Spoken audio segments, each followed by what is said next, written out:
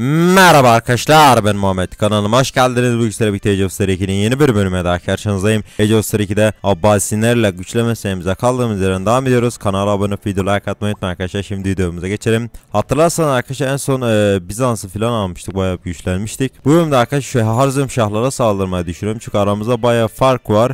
Güçlüyüz de yani. İşte onu alsak büyük bir sıkıntı olan şurada gururlular var. Ama ben Harzım Şahları alırsam acaba gururluları geçebilir miyim? Yani öyle bir fark da var yani aramızda. Çünkü benim şu an nüfusum gururlulardan daha yüksek. Tamam neyse, ben alırım Harzım Şahları ya. Bunun herhangi bir ittifakı var mı? Herhangi bir ittifakı ya da vasalı yoktur arkadaşlar. Şöyle biraz ben araştırma yapıyorum. Şimdi paramı bir 300 bine kadar indireyim ben. Tamamdır, indirdim. Şimdiki 7 puanımız var. Hepsini ordu bakımına vereceğim mi? 20 puan verelim, geri kalan nüfus artışı, tamam. Şimdi ben bayağı bir ordu basacağım için bana bayağı bir para lazım. Yani ne diyorum anlamıyorum da. Çünkü burada bir 100.000 ordu var diyelim. Şuradan şöyle Bağdat başkentimizden ordu çıkarmayacağız. Şuradan çıkaralım. 7.000 buradan iyi ordular çıkıyor arkadaşlar. Ben her sınıra ben bir 100.000 ordu koyma yerine işte 30.000 40.000 korsam yine iyi aslında her sınıra. Mesela 35.000 oldu değil mi? Abi bunu şuraya gönder. Şuradan da hemen çıkaralım Etiyopya topraklarından. Zaten para bol, gelir de bol arkadaşlar. Ben iyi çıkarıyorum şöyle orduları. Biraz bir para biriksin. Tamam, yeter ya bu kadar. Bence bu kadar orduyla mesela ne kadar ordumuz var, hemen bakalım şuradan. 211.000 ordumuz var. Kendisinin zaten toplamda ekonomisi 300.000. Yani kendisinin 300.000 ordu basması imkansız yani. Ben işimi biraz daha garanti alma açısından arkadaşlar şöyle biraz da ordu basacağım. Bu orduyu da şu denize göndereceğim. Ya buradan gelmesin. Şöyle bayağı bir eksiyoruz, hemen savaş ilan et dedim ve savaşımıza başladık. Şimdi bu ordunun yarısı buraya, yarısı da yukarıya.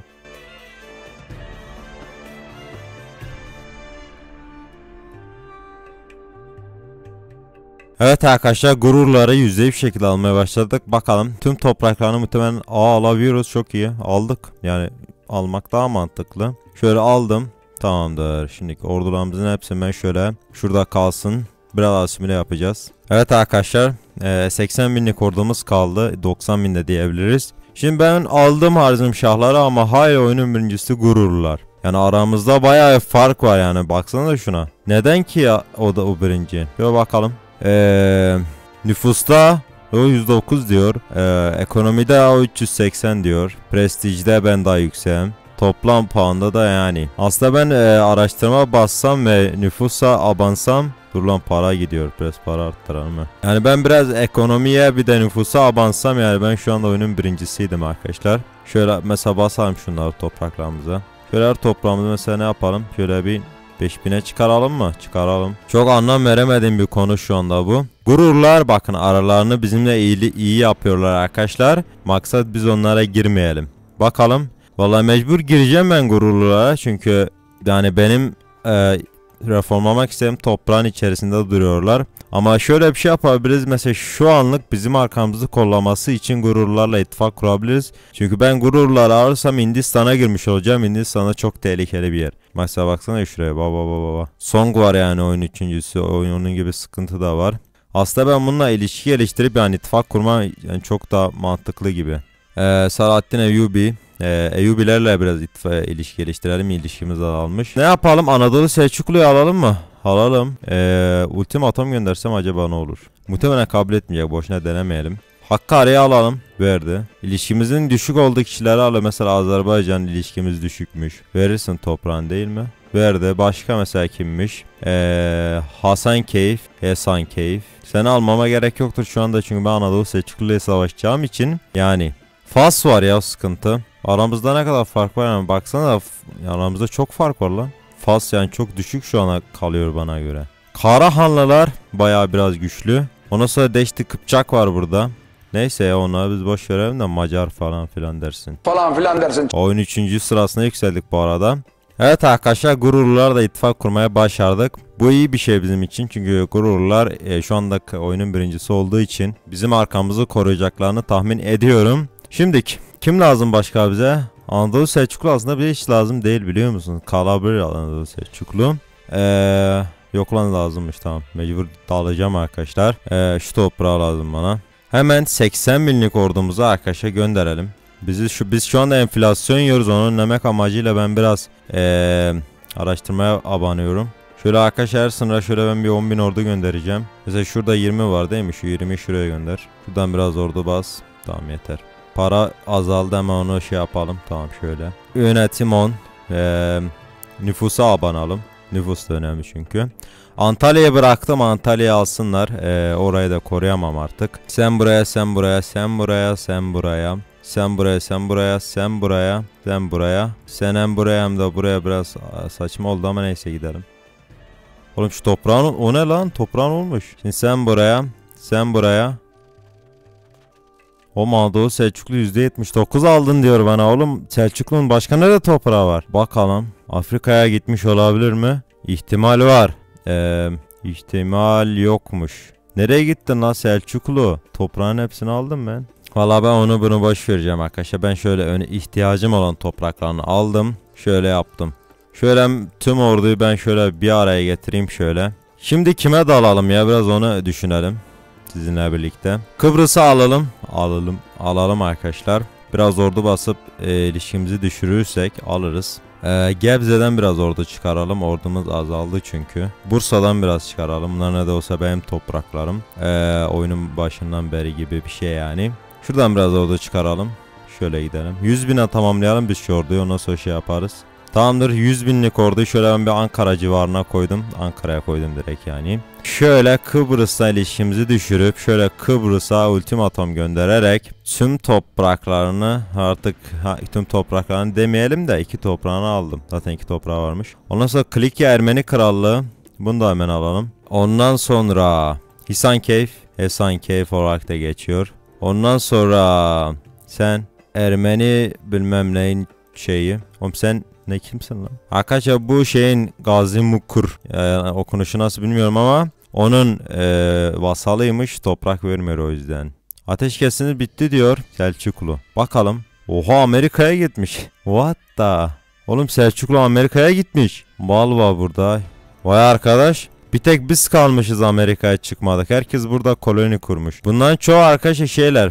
Hindistan ve Çin tarafında olan şeyler. Bu taraflarda olanlar buraya gelmişler. Ya mantıklı bir şey yapmışlar. Mesela Gürcistan Krallığı'nın Endonezya'da ne işi var? Avustralya'da ne işi var? Gürcistan Krallığı burada biliyorsunuz. Oyunun 2. sırasına yükseldik. Bence mantıklı yani oyunun 2. sırasına yükselmemiz. Yani kim kaldı? Song mu var? Song.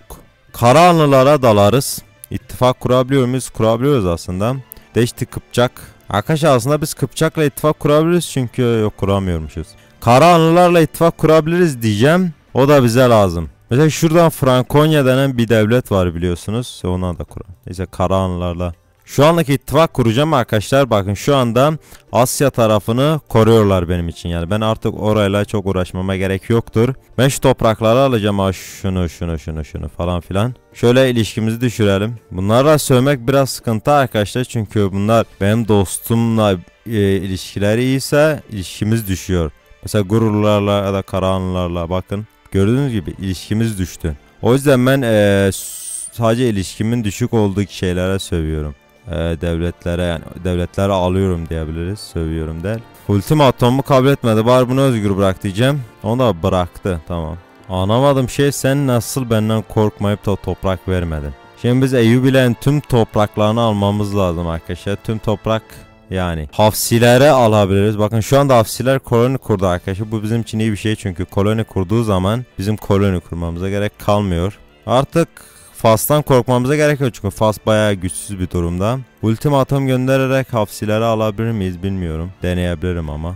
Vermedi arkadaşlar, denemeyelim. Neyse ya, koloni kurmaya devam etsinler, benim için iyi bir şey. Ben koloni kurmak zorunda kalmam çünkü. Gürcistan'ı alacağım arkadaşlar. Gürcistan bize lazım diyebiliyorum yanlış bilmiyorsam. Bize lazım evet. Gürcistan sadece bu toprağı alacağım. Amerika'da falan toprağı vardı yoktur diye. Avustralya'da toprağı vardı Gürcistan'ın. Şöyle hemen etrafını saralım. Şöyle eksik ordularımız varmış 20.000. Hemen Gürcistan savaşımızı ilan etmeden önce etrafımıza bir bakalım. Bize sınırı var mı? Yoktur, tamam. Hemen savaşımızı ilan ettik ve giriyoruz. Sadece ben senin bir toprağını alacağım çünkü bana bunlar lazım. Evet arkadaşlar, şöyle hemen Gürcistan tüm topraklarını alarak barışımızı gönderiyoruz. Kabul edeceksin her türlü. 100.000'lik ordumuzda yine bir eksilmeler var. Sıkıntı yok, basarız. Oyunun 1. sırasına yükseldik. Çok güzel. Şu Erzurum'un ordu bassa. Oğlum nereden basacağım ben orada? Erzurum'dan çıkıyor biraz. 100 binlik ordumuzu şöyle biz bir Ankara'ya gönderelim. Bizim başkentimiz ne lan? Ona hiç bakmadım bu arada. Ha, Bağdat, doğru, bizim başkentimiz Bağdat. Şöyle. Gururlularla büyük bir savaş içerisindeyiz, birincilik sırası. Lan gururlar hiçbir şey yapmadan ekonomilerini geliştiriyorlar sadece. O da yatırım yaparak tabii ki de. Bizim için iyi bir şey bu arkadaşlar. Bırakalım güçlensin, bizim arkamızı kollasın. Deşti Kıpçak savaş içerisinde mi değil, ben mi, yok, hayır. Bakın Hafsiler bizim ihtiyacımız olan topraklar şu anda aldılar, evet. Ben artık koloni kurmama gerek yoktur yani. Fas'ı alacağım. Fas şu anda oyunun 6. sırasına düştü, bayağı düştü yani. Nedenini bilmiyorum, hiçbir savaş etmemiş hala. Bakalım. İberya adası komple lazım bana, yani şunları sayacağız mecbur, onları da alacağız. Kastil mesela. Leon Krallığı. Bakın şu anda Fas'ın İberya'da olması iyi bir şey. İngiltere falan alsaydı burayı sıkıntı olacaktı bizim için. Çünkü İngiltere'yle savaşmak zorunda kalacaktık. Sicilya ile ne oluyor lan? Savaşıp duruyorlar anca. O Fas ile savaşıyor, vay vay vay. Fas oraya alırsa sıkıntı. Almış zaten, çıkarmaya atmış şuraya. Evet, alıyor, evet alıyor. Neyse arkadaşlar, bugünkü bölümümüzün sonuna geldim. Umarım beğenmişsinizdir. Kanala abone olup videoyu like atmayı unutmayın arkadaşlar. Kendinize çok iyi bakın. Hoşça kalın.